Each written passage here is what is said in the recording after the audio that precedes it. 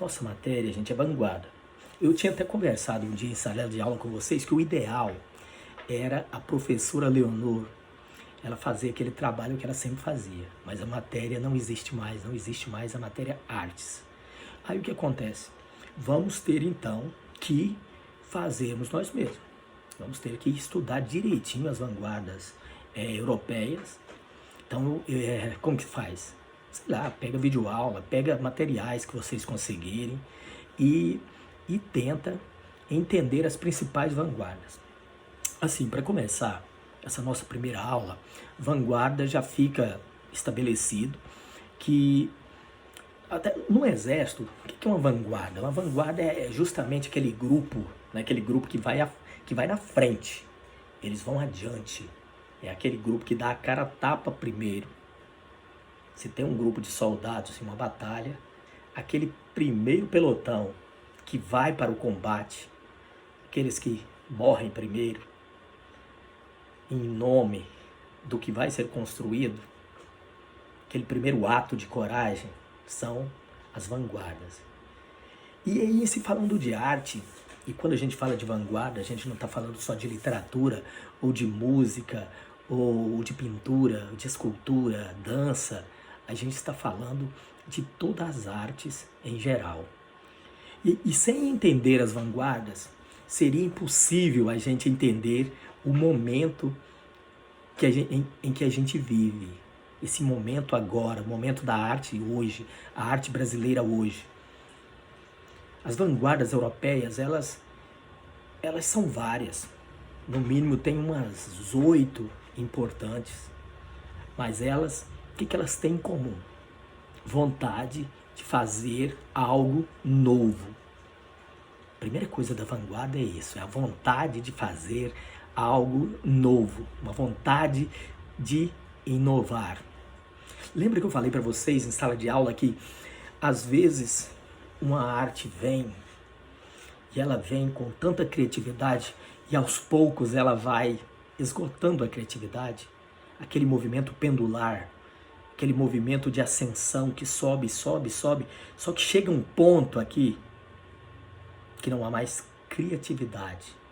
E é nesse momento que começa a haver um movimento de ascendência, vai descendo, vai acabando a criatividade e vai indo, vai ficando uma mesmice, vai ficando uma coisa tão chata que as pessoas já começam a implorar por alguma coisa nova.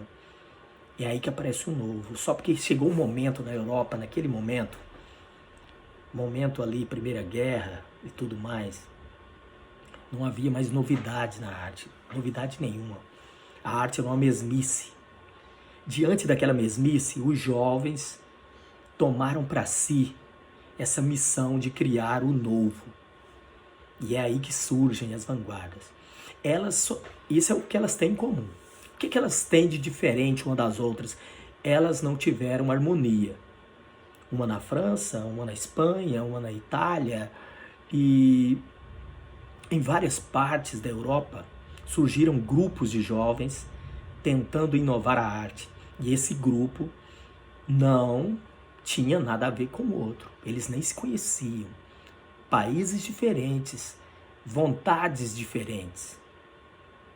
E isso foi interessante porque o Brasil era um país que sempre seguia o que a Europa fazia. Se a Europa estava fazendo coisa romântica, o Brasil automaticamente começava a fazer coisa romântica. A Europa estava fazendo coisa naturalista, parnasiana, automaticamente o Brasil encarnava naturalismo, parnasianismo. O Brasil era a famosa Maria que vai com as outras. O Brasil copiava, o Brasil não criava. E copiava mesmo, chegar ao ponto de um José de Alencar ser acusado de plagiar romances europeus, apenas fazendo uma espécie de tradução para o ambiente brasileiro. Agora, com o advento das vanguardas, a Europa, cada ponto da Europa, um grupo de jovens fazendo coisas para inovar.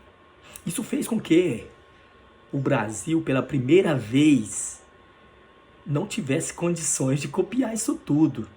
Então o Brasil foi obrigado. O Brasil também tinha essa sede de fazer algo novo.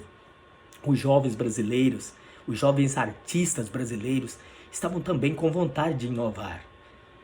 Só que pela primeira vez não dava para seguir a Europa, porque foram tantos ismos, surrealismo, cubismo, dadaísmo e tantos outros que não dava para o Brasil copiar.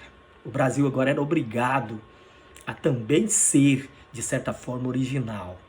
E é justamente por isso que nós temos que entender as vanguardas, porque quando nós entendermos direitinho como que foram esses movimentos chamados vanguarda, nós vamos entender o que é o movimento brasileiro chamado modernismo, que não foi simplesmente mais uma cópia do que a Europa fazia, mas o Brasil resolveu também criar alguma coisa nova. Isso é muito, muito importante entender. Então é isso. Primeiro momento eu quero isso, eu quero que vocês estudem esses movimentos de vanguarda, mas sem preguiça. Leiam tudo que der conta e, claro, tentando entender como é isso também na literatura. Tá? Em nosso próximo vídeo a gente vai tentar falar das principais delas. Nesse primeiro momento, só para a gente ter esse primeiro contato e dizer mais uma vez, com muita saudade de vocês, não percam o foco, continuem estudando, manda as dúvidas para a gente, na medida do possível a gente vai respondendo, pode não responder todas de uma vez, mas o que a gente está fazendo é num momento especial e é com muito carinho, vai dar certo. Uma coisa eu digo para vocês, vai dar certo.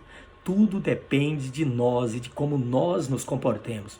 Muita gente está olhando a crise como um problema. Nós estamos olhando como oportunidade para a gente inovar. Já que nós estamos falando de vanguarda, essa vontade de inovar, vamos também fazer nossa vanguarda. Estamos num momento de crise e vamos inovar. Muito obrigado por esse momentozinho de companhia. Depois eu quero saber como que cada um está também, como vocês estão. Está difícil estudar nesse momento? Está difícil socializar e etc. Como que vocês estão vivendo esse momento inovador em nossas vidas? Abraço para todo mundo e até o próximo vídeo que vai ser, a gente vai falar de cada uma dessas vanguardas. Até mais.